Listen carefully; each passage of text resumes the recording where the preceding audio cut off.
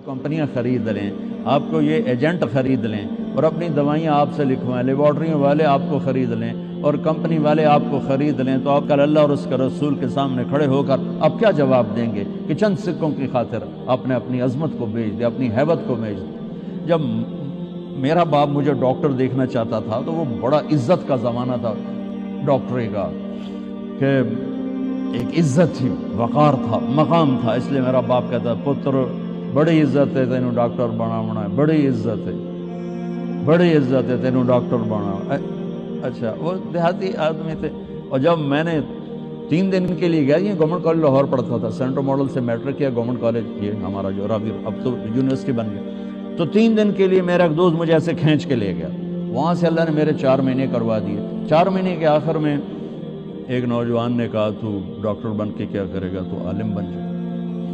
तो अल्लाह ने उसकी बात मेरे दिल में डाल दी, मैं इस तरफ चल पड़ा। जब मैंने घर आके बताया तो मेरे बाप, अच्छा उस दौर में डॉक्टर एक कदावर शख्सियत थी और मौलवी एक पस्त तरीन ये कैफियत थी।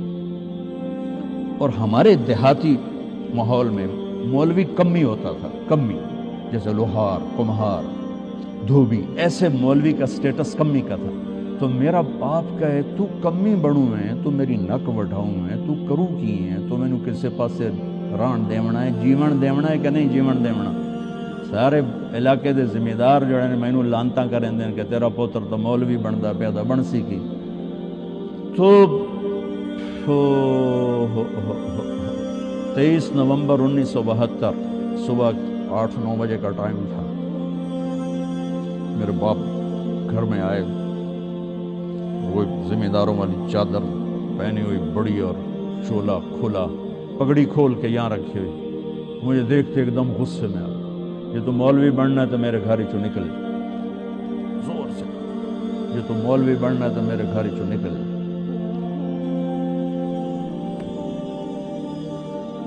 मुझे तो नहीं पता था कि अल्लाह ताला मुझे वहाँ पहुँचाने वाला है कि जहाँ डॉक्टर मेरे आगे बैठ के मेरी बात सुने।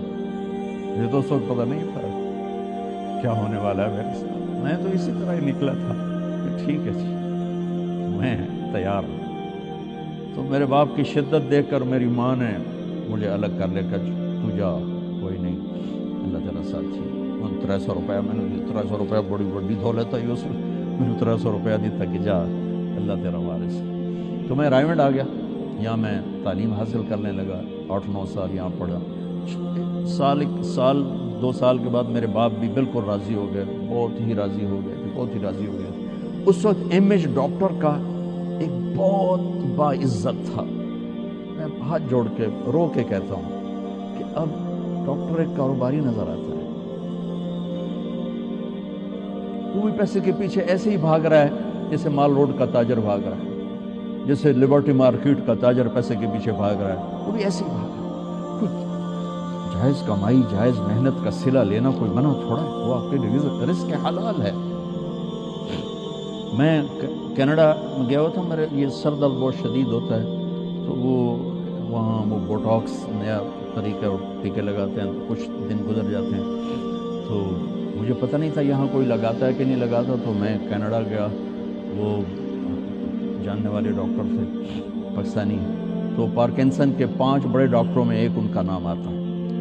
तो वो उनके क्लिनिक में मैं बैठा हुआ था और बात चलते चलते तो ये ऐसी एक पेंसिल पड़ी हुई थी उनके टेबल पर।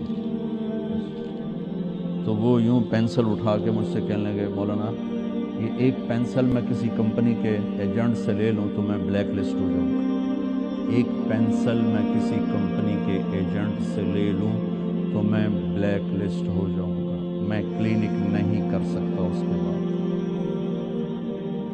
तो आप डॉक्टर बने, ताजर ना बने, डॉक्टर बने, हम मसीहा बने।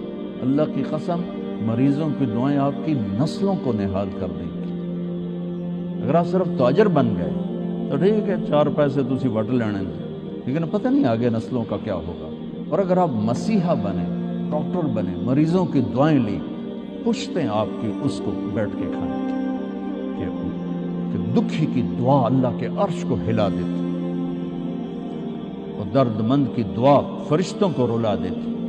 अब वो हस्तियां हैं جو درد مندوں کی دعائیں روزانہ لے سکتے اور صرف آج کا دن نہیں گزار سکتے، آپ اپنی نسلوں کو خوبصورت فیوچر دے کے جا سکتے کہ دعاؤں کی طاقت موت کے بعد بھی چلتی رہتی۔ میں آپ کا زیادہ وقت لے چکا ہوں، معافی چاہتا ہوں، تو اگر کوئی بات میری بری لگی ہو تو آپ مجھے اللہ کے واسطے معاف فرما دیں۔ السلام علیکم۔